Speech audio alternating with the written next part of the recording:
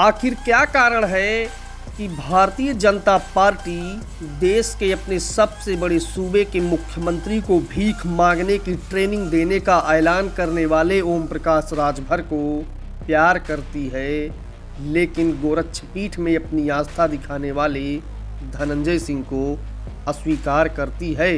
जी हाँ, जनता दल यूनाइटेड के राष्ट्रीय महासचिव और उत्तर प्रदेश की जौनपुर लोकसभा सीट से चुनाव लड़ने की घोषणा कर चुके पूर्व सांसद धनंजय सिंह को जौनपुर की एक अदालत के द्वारा 7 वर्ष का कारावास और 50,000 रुपये का जुर्माना लगाया गया है।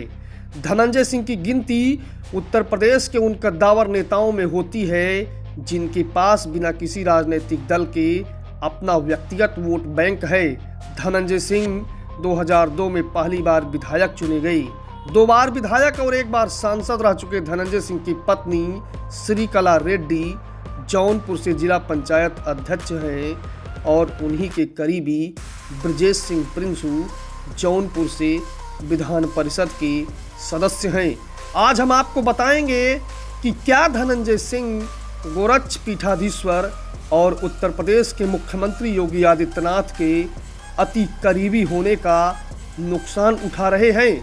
हम आपको यह भी बताएंगे कि जौनपुर में किसी भी भाजपा नेता से अधिक लोकप्रिय कैंडिडेट होने के बावजूद भारतीय जनता पार्टी धनंजय सिंह को टिकट क्यों नहीं देती।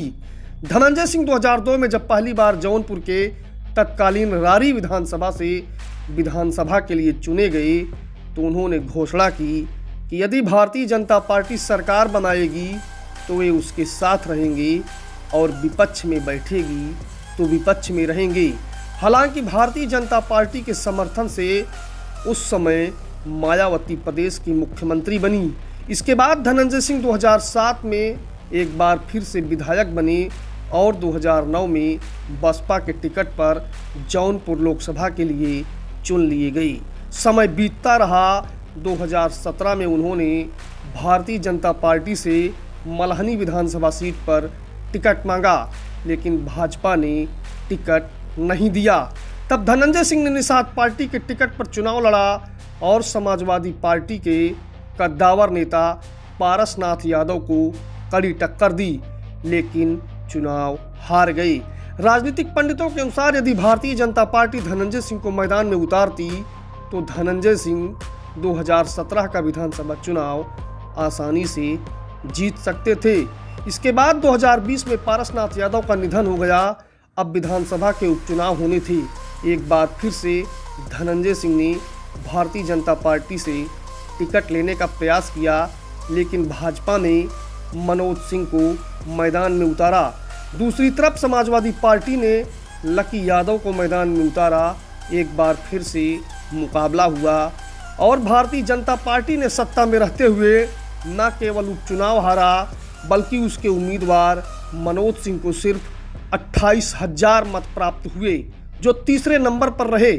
और सहानुभूति के लहर पर सवार होकर पारसनाथ यादव के सुपुत्र लकी यादव 73,468 मत पाकर विजयी रहे और दूसरे नंबर पर धनंजय सिंह रहे। एक बार फिर से यह साबित हो गया कि यदि भारतीय जनता पार्टी धनंजय सिंह को टिकट देती तो धनंजय सिंह आसानी से चुनाव जीत सकते थे। इसके 2 साल बाद 2022 आ गया।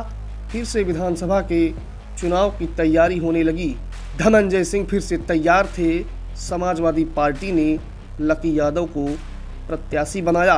धनंजय सिंह के द्वारा टिकट की दावेदारी किए जाने के बावजूद भारतीय जनता पार्टी ने उन्हें टिकट नहीं दिया। तब धनंजय सिंह ने जनता दल यूनाइटेड के टिकट पर चुनाव लड़ा और एक बार फिर से समाजवादी पार्टी के उम्मीदवार लकी यादव को कड़ी टक्कर दी, लेकिन 94,000 मत पाकर लकी यादव विजयी रहे और 78,000 वोट पाकर धनंजय सिंह दूसरे नंबर पर रहे। भारतीय जनता पार्टी तीसरे नंबर पर रही।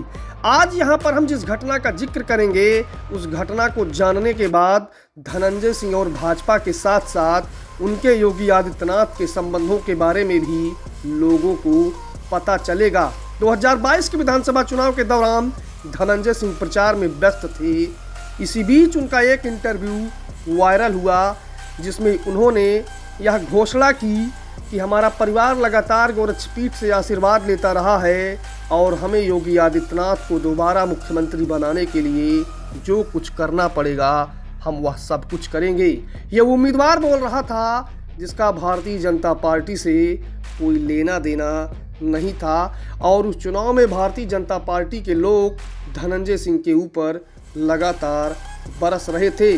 लेकिन धनंजय सिंह की योगी आदित्यनाथ में यह आस्था देखकर तमाम सारे लोग आश्चर्यचकित रह गए और 3 दिन बाद पता चला कि तत्कालीन गृह मंत्री और भारतीय जनता पार्टी के स्टार प्रचारक अमित शाह भारतीय जनता पार्टी के उम्मीदवार के समर्थन में प्रचार करेंगे और अमित शाह ने प्रचार किया भी। लेकिन जब चुनाव के परिणाम आए तो 2022 के विधानसभा के चुनाव में भारतीय जनता पार्टी का मल्हनी में सुपड़ा साफ हो चुका था और उसके उम्मीदवार केपी सिंह तीसरे नंबर पर पहुंच गए थे।